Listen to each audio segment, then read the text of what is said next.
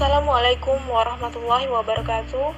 Perkenalkan, kami dari kelompok 11 yang beranggotakan Meli Setianingsih, Ria Norvanto, dan Pipi Syafitri. Di sini kami akan mempresentasikan materi statistik 2, yaitu statistik non-parametrik, dengan dosen pengampu Ibu Hasnita, SSI, MSI. Langsung aja kita masuk ke materinya. Yang pertama yaitu ada pengertian dari statistika non-parametrik. Pengujian statistik non-parametrik merupakan metode pengujian hipotesis tentang populasi yang tidak memerlukan asumsi bahwa data populasi harus berdistribusi normal atau lainnya, seperti halnya pengujian hipotesis untuk statistik parametrik. Yang kedua yaitu kriteria prosedur non-parametrik. Suatu metode statistika dikatakan non-parametrik jika memenuhi paling sedikit satu kriteria berikut. Yang pertama yaitu metode harus mempergunakan data pengamatan dengan skala nominal. Yang kedua, metode harus mempergunakan data pengamatan dengan skala ordinal. Yang ketiga adalah metode harus mempergunakan data pengamatan dengan skala interval atau rasio di mana fungsi variabel acak atau random variable tidak dinyatakan kecuali untuk parameter yang tidak diketahui dan berhingga banyaknya. Yang selanjutnya yaitu ada kelebihan dan kekurangan statistika non-parametrik. Yang pertama, kelebihan dari statistika non-parametrik yaitu kecilnya kemungkinan untuk dipergunakan secara salah atau tidak benar karena prosedur non-parametrik memerlukan sedikit asumsi. Yang kedua, pada beberapa prosedur non-parametrik, perhitungan dapat dikerjakan dengan cepat dan mudah terutama bila terpaksa dilakukan secara manual, dengan demikian dapat menghemat waktu. Yang ketiga, prosedur non-parametrik lebih mudah dipahami oleh peneliti yang latar belakangnya bukan statistika dan matematika ataupun oleh peneliti yang dasar pengetahuan matematika atau statistikanya kurang. Yang terakhir yaitu prosedur non-parametrik dapat ditetapkan bila data telah diukur dengan skala pengukuran yang lemah, seperti bila data yang tersedia berskala nominal atau ordinal. Yang selanjutnya yaitu kekurangan dari statistika non-parametrik. Yang pertama, kadang-kadang kasus yang tersedia dapat ditangani dengan prosedur parametrik, tetapi ditangani dengan prosedur non-parametrik karena lebih cepat dan sederhana sehingga terjadi pemborosan informasi. Yang kedua yaitu prosedur non-parametrik membutuhkan banyak perhitungan yang menyita waktu dan kemajemukan. Yang selanjutnya ada Mann-Whitney test atau UGU. Mann-Whitney test atau UGU merupakan uji non-parametrik untuk membandingkan dua populasi independen atau pada statistika parametrik yaitu uji T. Kriteria Mann-Whitney test atau uji T sebagai berikut. Yang pertama, populasi tidak harus terdistribusi normal atau pada uji tes harus normal. Yang kedua, level data serendah-rendahnya ordinal atau uji T tidak dapat. Yang ketiga itu hipotesis yang diuji, antara lain H0, kedua populasi identik, H1, kedua populasi tidak identik. Yang keempat, prosedur uji, yaitu diantaranya tetapkan satu sampel sebagai kelompok 1 dan sampel lain sebagai kelompok 2. Selanjutnya, data dari kedua kelompok disatukan dengan setiap data diberi kode asal kelompoknya. Berikutnya, data yang telah digabungkan diberi peringkat dari 1 nilai terkecil sampai n tak terhingga. Selanjutnya ada jumlah peringkat dari kelompok 1 dihitung dan diberi simbol W1. Jumlah peringkat dari kelompok 2 dihitung dan diberi simbol W2. Selanjutnya, langkah selanjutnya yaitu bergantung apakah sampelnya kecil atau besar. Berikutnya ada uji U pada sampel kecil atau N1 kurang dari sama dengan 10 dan N2 kurang dari sama dengan 10. Yang pertama kita hitung U1 dan U2 dengan rumus U1 sama dengan N1 dikali N2 ditambah N1 dalam kurung N1 plus 1 tutup kurung dibagi 2 dikurangkan dengan W1 dan U2 sama dengan N1 dikali N2 ditambah N2 plus N2 dikalikan dalam kurung N2 plus 1 tutup kurung dibagi 2 dikurang W2.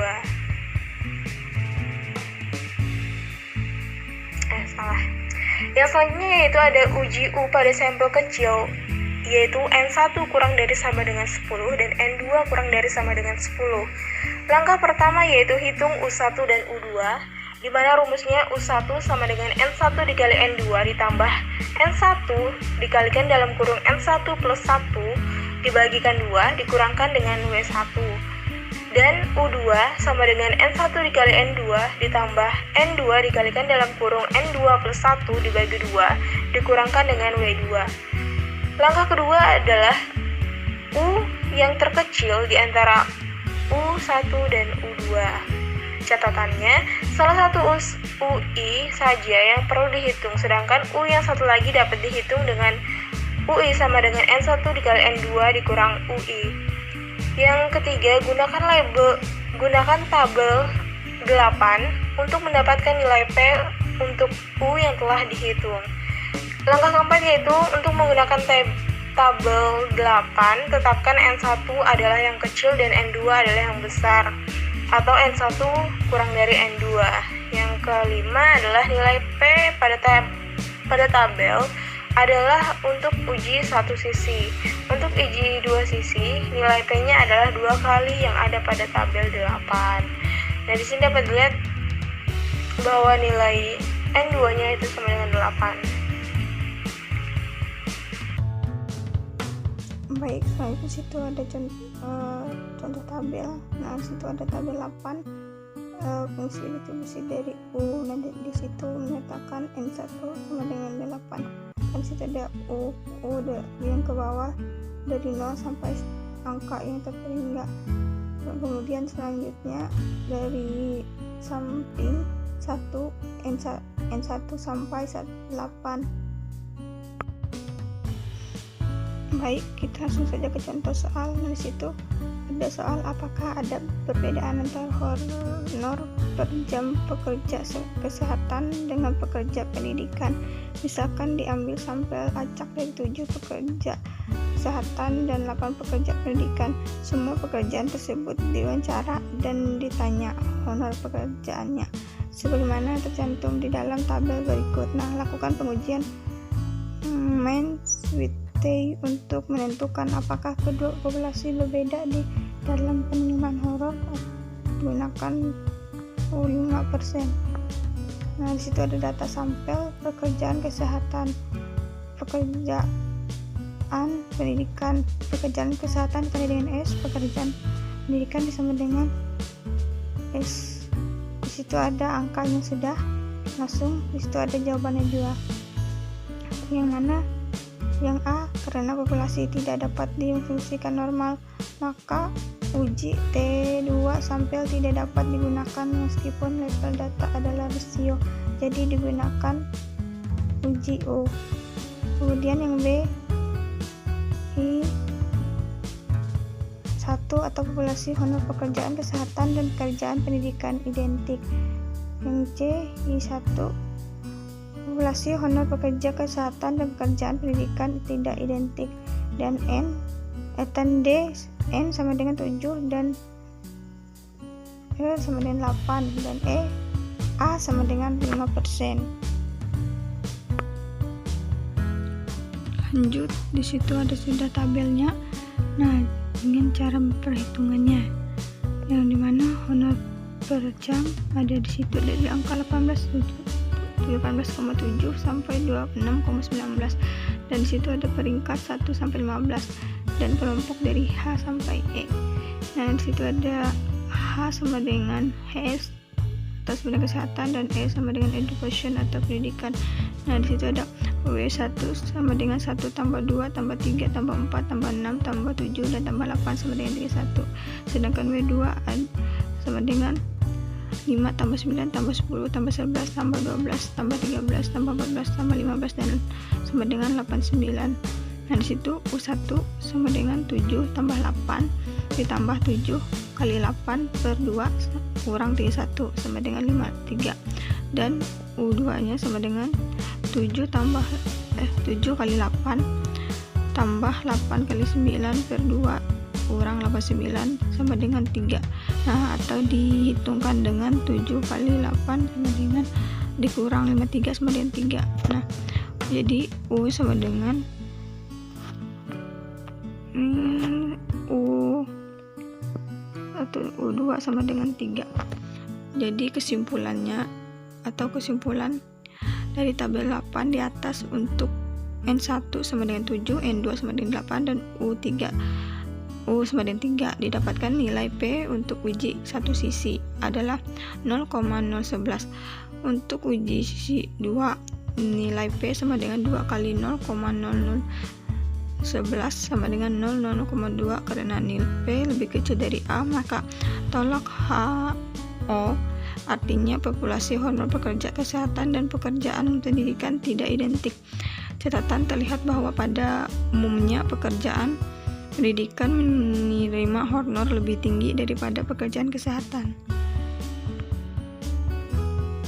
Kemudian lanjut ke pembahasan 4.2 uji U pada sampel besar bagi N1 lebih besar 10 dan N2 lebih besar 10.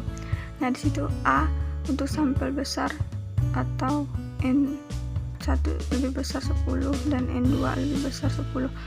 Distribusi sampling untuk U akan mendekati distribusi normal dengan rata-rata dan deviasi standar sebagai berikut.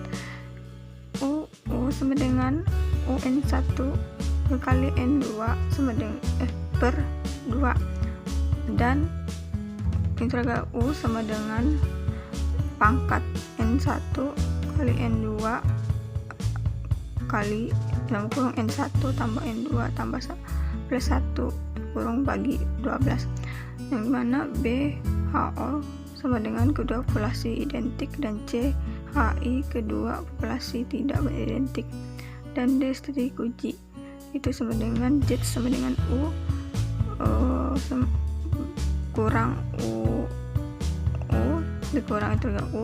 Di situ ada hasil diagram distribusi atau yang dimana ada daerah penolakan dan distribusi normal standar dan daerah penolakan. Kemudian lanjut ke contoh soal. Di situ ada contoh soal yang mana soalnya apakah uangnya dibelanjakan oleh karyawan untuk makan siang ke restoran sama saja dengan yang ke warung.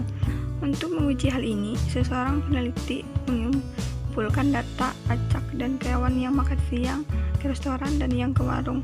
Gambaran dengan A 1%. Di situ ada data sampel atau sudah tabel yang dimana di situ ada warung ditandai dengan S dan restoran disama dengan S. Nah, di situ sudah ada angkanya yang dimana warung 2,75 sampai di situ ada 3,60. Begitupun dengan restoran ada 4 dari 0,10 sampai 5,60. Nah, dimana di situ yang warung jumlah datanya itu N1 sama dengan 14 dan N2 sama dengan 16. Lanjut di situ ada jawaban yang dimana A yaitu HO sama dengan populasi pengeluaran uang makan untuk karyawan yang ke warung sama dengan yang ke restoran, dan B H1 sama dengan populasi pengeluaran uang makan siang untuk karyawan yang ke warung tidak sama dengan ke restoran. Yang C N1 lebih besar 10 dan N2 lebih besar 10, maka digunakan uji U untuk sampel besar, dan D A sama dengan 0,01. Apakah nilai P lebih kecil, maka tolak H1 atau FO. Nah, di situ ada tabel nilai peringkat kelompok, ada dua situ, dan nilai peringkat kelompok. Nah, di mana di situ sudah ada tertera di dalam lingkaran hijau 2,97, 2,97, 4,5 dan 4,5. Tabel berikutnya di sebelahnya 4,10 dan 4,10, 18,5 dan 18,5, 4,80 4,80 dan 24,5 dan 24,5. Nah, perhitungannya ada disampaikan oleh teman saya lagi nanti. Baik, saya akan melanjutkan jumlah peringkat yang dari kelompok W warung sama dengan W1. Nilai P untuk Z 3,03 adalah 2 kali uji dua sisi 0,0012 sama dengan 0,0024. A tolak HO artinya populasi pengeluaran uang makan siang untuk karyawan yang ke warung tidak sama dengan yang ke restoran. Bisa diperlihatkan gambaran di atas.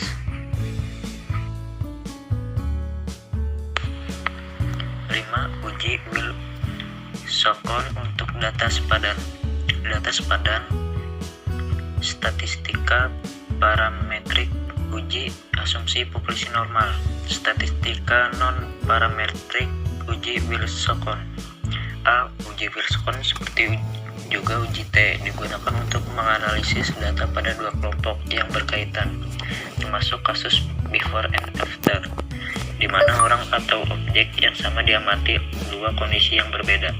B. Jenis data pada Wilson. Serendah-rendahnya ordinal. Prosedur uji. A. N.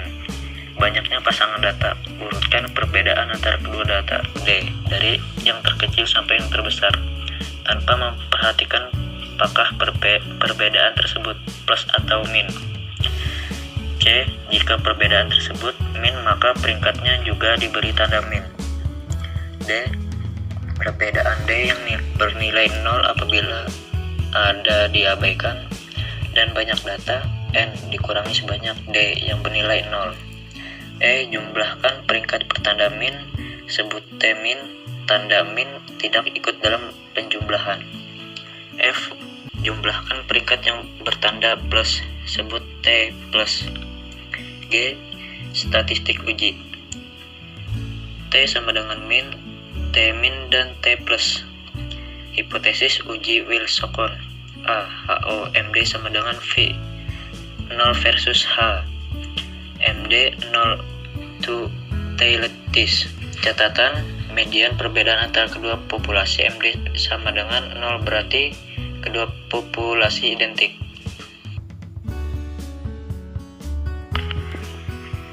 Selanjutnya uji Wilson untuk sampel kecil N15 dan A gunakan tabel A14. Jika T trikis, tolak H kosong. Contoh, seorang peneliti melakukan survei mengenai biaya pemeliharaan kesehatan yang dikeluarkan oleh keluarga di kota A dan B. Peneliti tersebut mengambil 6 pasang keluarga yang dipadamkan secara demografis di kota A dan B.